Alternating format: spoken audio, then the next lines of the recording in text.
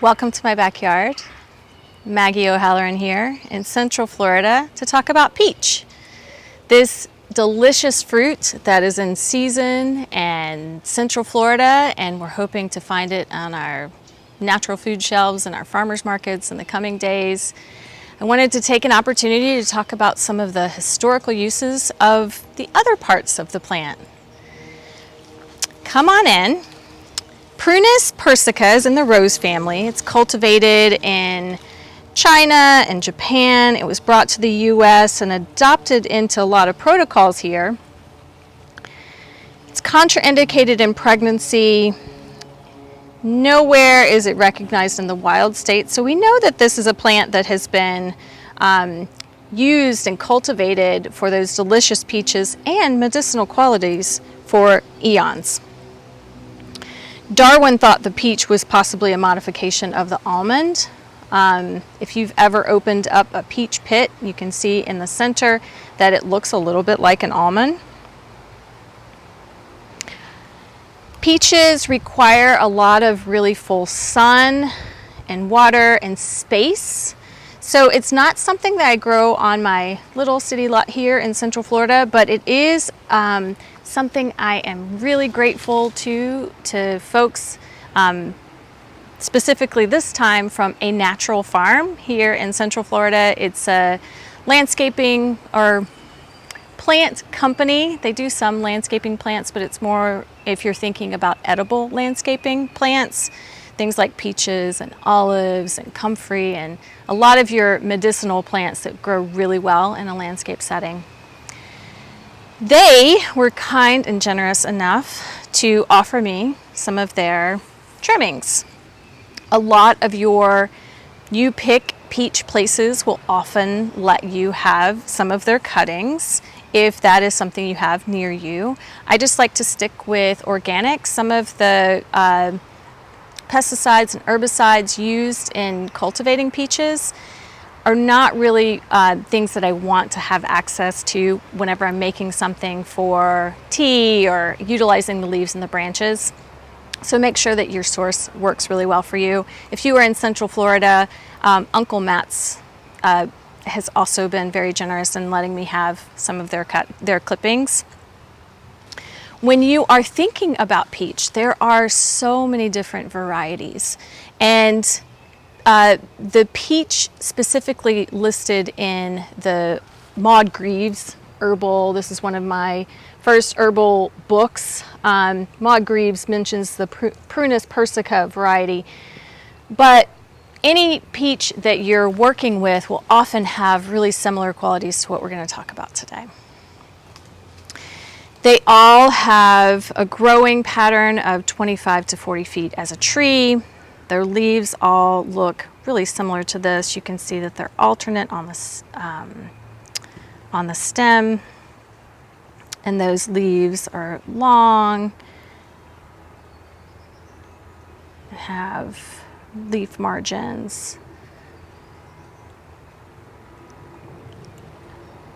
Okay, that's Prunus persica. It's related to the rose, so a lot of the medicinal qualities are really similar to that of rose. Peach fruit, cooling, moistening, really lovely, especially on a hot summer day. I know in Florida we're having a little bit of a cold snap, but 3 days ago it was 90 degrees and it would have been really nice to have a nice juicy fresh peach to cool and moisten my body. The inside part of the peach, the fruit part, is really delicious. The skin isn't really digestible, so it makes a really good fiber for the body to help with digestion. But if you have digestive issues, you want to make sure that you're really cooking those peel if you're going to ingest them as well. Peach cobbler has a historical significance as giving something you give to someone that you really care about or love or have an interest in, as a way to like moisten or cool their heart or bring their heart to you in some way. It's a fun tradition. I welcome anyone giving me a peach cobbler. That sounds lovely. When you're thinking about the pit, it has the hydrocyanic acid, which is why a lot of people probably associate it with the almond, because it's a really similar scent. It's that what you think of as an almond scent is the hydrocyanic acid.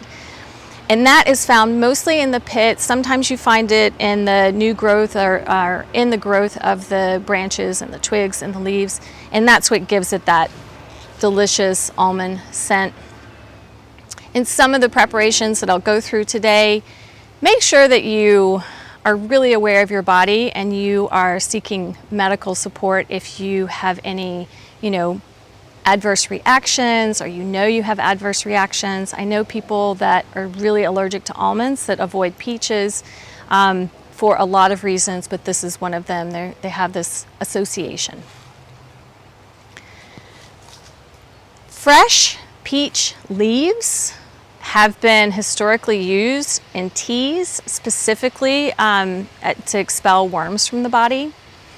I like incorporating fresh peach leaf tea into my life for its wonderful digestive qualities. That cooling, moistening aspect on the digestive system is really nice for a lot of different reasons. A tincture of either dried or fresh leaves and twigs is my go-to if I know someone that experiences nervous, anxiety, belly, where there's maybe diarrhea involved with anxiety about giving a big project proposal or presenting a really important document to your historical society. If that is something that you experience, that diarrhea quality of digestion, peach leaf can be really helpful for that. So the leaves and bark are demulcent, sedative. It has some historical significance in relieving high blood pressure. Again, you want to check in with your medical provider. Peach does not treat and I don't diagnose anyone, so make sure that you're seeking that medical guidance. But peach leaf does have that historical use of balancing out high blood pressure. It has some diuretic qualities, but it's not one of those things like coffee that if you have a little peach leaf tea, it's going to make you run to the bathroom or something like that. It's pretty mild and is often associated with its anti-inflammatory action. So sometimes the diuretic quality is just the body's way of eliminating some extra fluid that's found in the tissues of the body, so that anti-inflammatory quality. Kiva Rose, I learned years ago, and by way of Christine Brown, that peach leaf infusion or poultice on top of bee sting can be really beneficial at cooling the sting. So peach is really cooling and moistening, demulcent qualities that you might even associate with something like aloe. So it's really cooling and moistening. And Kiva Rose recommends doing something like a bee sting, applying peach leaf topically. Tincture could work, but really she's thinking about working with the plant and changing it out every 20 minutes to really notice a difference in that sting and soothing quality. Peach leaf has a history of working with both the digestive tract in cooling and moistening, but also in the lungs. It has expectorant qualities, so any hot or dry cough, peach leaf is my go-to. Like I said, I like it as the tea, but I also really enjoy having the tincture around because I have the fresh leaf from roughly now until May here in Central Florida. I have access to that. But after that, I'm really going to need to work with it in a way that is outside of having access to those fresh leaves. So a tincture is my go-to. So when I'm thinking about accessing the tincture, I would just simply take those fresh leaves. If my twigs are smaller, I might, and see, I'm taking the leaf and I either crumple it up in my hand or I throw it in my mortar and pestle and just pound it a little bit. Sometimes I get a bunch of leaves in my hands and I just rub them like this. Mostly you're giving the cell membrane of the plant a a nod and opening them up a little bit just so that it can,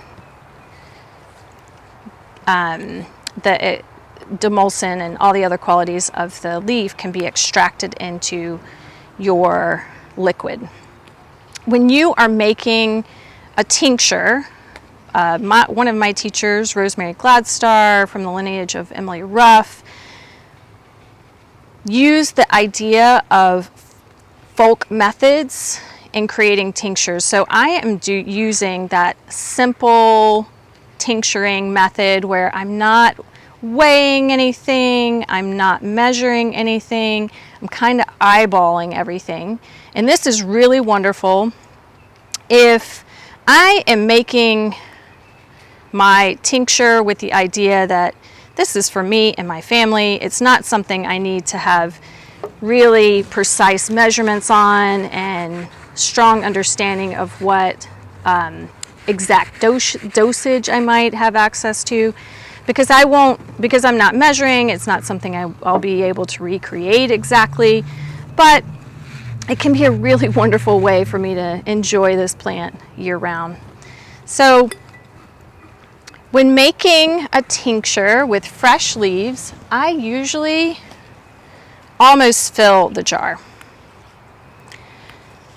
I trimmed these leaves yesterday and I let them sit out, so any of my bug friends that made their way onto the leaves, they were given an opportunity to escape. I cleaned them up a little bit yesterday and I wilted them a little bit, so that means I let them sit out. So I'm letting them dry just a little bit. A little bit of the moisture has escaped, drying on my dining table with my air conditioner on.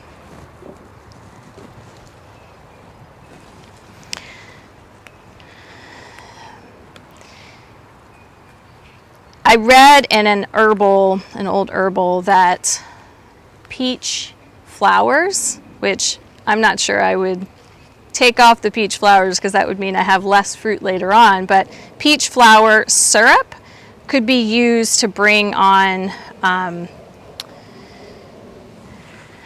healing from diarrhea for kids, or bring it on, like extra dosage would make it actually bring on diarrhea. So a lot of the plants that we work with, using small amounts, a little tea every day, has an impact on the body. You know, it tastes really good, it's soothing, it's cooling, it's moistening. But if I utilize too much, then it might have the opposite effect. So being aware of that and realizing that, you know, these plants are really wonderful in balance, and knowing our bodies and our constitutions. You know, if I have a really cool constitution, then I probably shouldn't incorporate too much peach into my life because I don't want to cool down more. But for a hot, fiery, type A kind of person, it can be really nice to find balance in my life, and that cooling, sedative qualities of peach can be really nice. A little peach tincture at night around bedtime, if I'm having a hard time settling in tonight, can be really nice to just ease my mind, turn off the world a little bit if I'm needing help with that. How would somebody who doesn't know what kind of constitution they have find out? Oh, so constitution, if you're interested in energetics and constitution and that kind of stuff, there are a lot of teachers out there. This concept comes from Ayurveda and traditional Chinese medicine, and almost any herbal tradition has some language or understanding around this idea of constitution. So find the lineage that works for you, you know, something you're drawn to or has been a part of your family's tradition, and get to know it. You know, there are probably tests out there that you could find in the internet about finding, you know, generally what your constitution might be. Generally, hot would mean fiery, expressive, quick to anger, things like that.